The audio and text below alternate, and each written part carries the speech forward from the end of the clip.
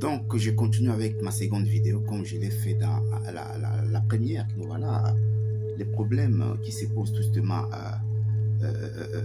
qui se passent justement au Moyen-Orient, justement, entre Palestiniens et Juifs, est beaucoup plus médiatisé dans les médias occidentaux. Vous savez bien très bien que voilà, nous sommes journalistes, et moi, dans beaucoup de mes éditoriaux, j'ai beaucoup parlé en tout cas de ces conflits qui durent depuis plus d'un siècle. Alors, si la communauté africaine se focalise ou suit souvent les médias occidentaux, vous savez très bien que nous, journalistes, nous orientons parfois à des informations. Donc, nous subissons parfois certaines pressions de nos gouvernements, de nos autorités, qui nous obligent à orienter justement les informations, les vraies informations.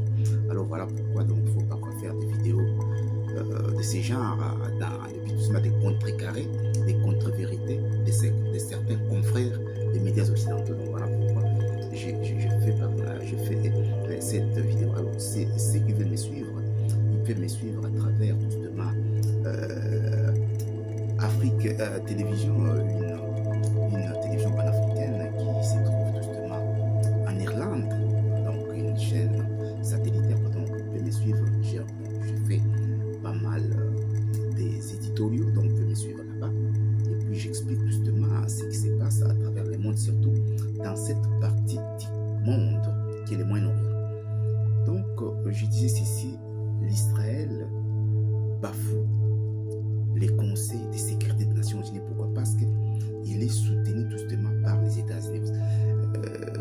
Personne n'ignore que voilà, le plus grand donateur de tous les pays du monde, les pays qui dépensent beaucoup d'argent aux Nations Unies, c'est les États-Unis.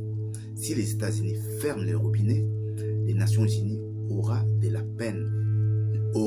Nations Unies auront vraiment de la peine de pouvoir en tout cas fonctionner convenablement. Donc le grand budget en tout cas de cette organisation des Nations Unies, c'est les États-Unis d'Amérique. Voilà pourquoi l'Israël s'entête. Pourquoi? Parce que l'Israël est couvert par les États-Unis d'Amérique.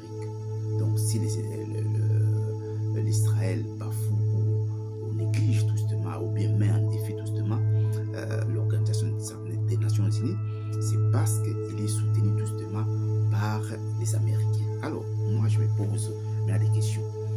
Est-ce qu'Israël a droit à vivre et à se défendre? Je répondrai oui.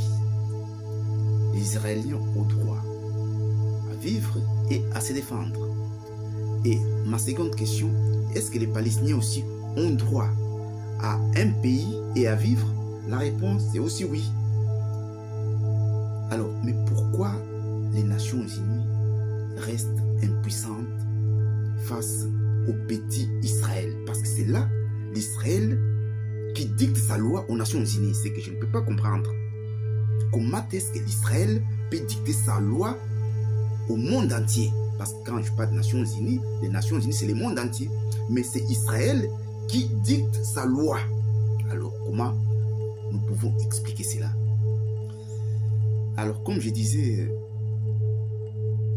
l'histoire ou le sujet que je vais aborder, c'est un sujet qui date ou qui dure depuis plus d'un siècle.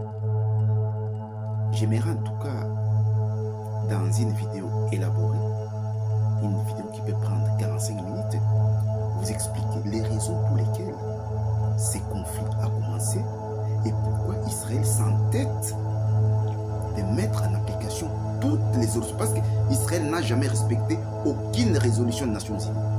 Alors je ne peux pas comprendre un petit pays comme Israël défier tout un monde, c'est-à-dire le monde entier. Alors cela donne matière à réfléchir. Alors comme je le disais, nous sommes journalistes, nous sommes là pour éclairer l'opinion, nous sommes là justement pour montrer la voie. Un journaliste est un observateur de la société, est un témoin du temps présent, donc nous sommes là pour justement éclairer justement l'opinion. Alors je disais que voilà, donc il faut vraiment se poser une question d'ailleurs, pourquoi un petit pays comme Israël peut défier toute une organisation qui regorge tous les pays du monde, les Nations Unies.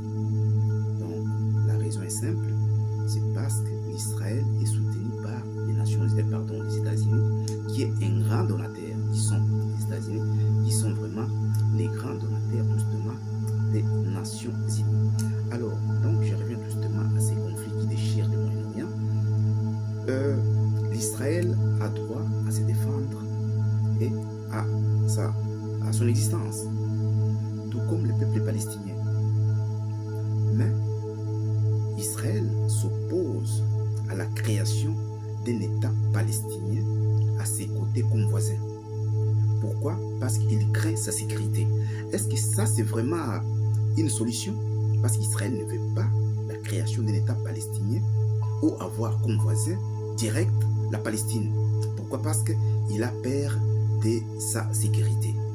C'est pour autant que le peuple palestinien ne doit pas exister, que les peuples palestiniens ne doivent pas avoir justement leur propre pays. Donc, vous qui me suivez en tout cas, si vous pouvez intervenir ou bien faire des commentaires et puis donner votre suggestion, ou bien parce que ce sont des questions que j'ai posées.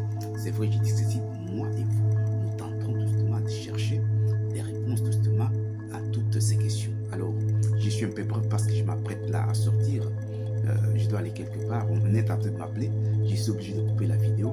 Je vous reviens justement en tout cas ce soir, je continue justement à vous expliquer ces conflits qui tirent en tout cas au Moyen-Orient entre plusieurs peuples, entre les Juifs, les Arabes, les Kurdes, le Turc et le Perse. Donc, suivez-moi à ce soir. Je vous dis bonjour et à ce soir. Merci. Au revoir.